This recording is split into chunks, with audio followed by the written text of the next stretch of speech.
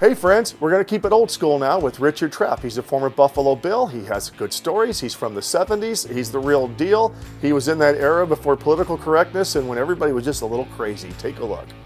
Well, I know I look like a badass. I know that, but I'm really not. But let me tell you, I played with the Philadelphia Eagles back in 1971. And we had actually two players on our team that played at USC, University of Southern Cal. Tim Rosovich and Adrian Young. They're both linebackers, good players. I tell you, what they did is, Tim liked to, what they did back in California, they would actually, they would pour some gasoline of some sort on Tim Rosovich, and they would light it, and the fire, and he would actually get on fire. And Adrian Young would have a bucket of water sitting over here somewhere, and they would know exactly how long it would take before his hair gets singed and things like that. He had an afro, and then he'd pour the bucket of water on him, and it would go out. And they used to go to neighborhoods in college and do this.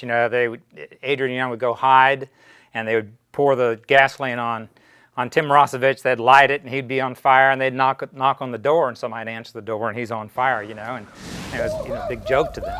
Well, I tell you, Sports Illustrated got hold of that, and we were at training camp in Philadelphia, and Sports Illustrated came out after one of the practices, and the whole team was watching, and Adrian Young had a bucket of water, and Tim Rosovich got set on fire.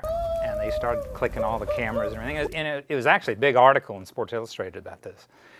And a few seconds go by, and Adrian Young's supposed to be, go get the bucket and pour the water on him and take the fire out. Adrian Young picks up the bucket and pours it on the ground.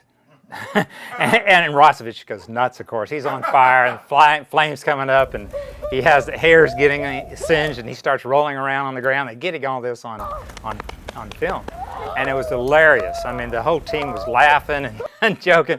And Sports Illustrated, actually, I pulled it up today. I pulled up a 1971 copy of it. And they have a big article with him on fire and everything. And I mean, that's just one thing. Those guys were nuts. They really were.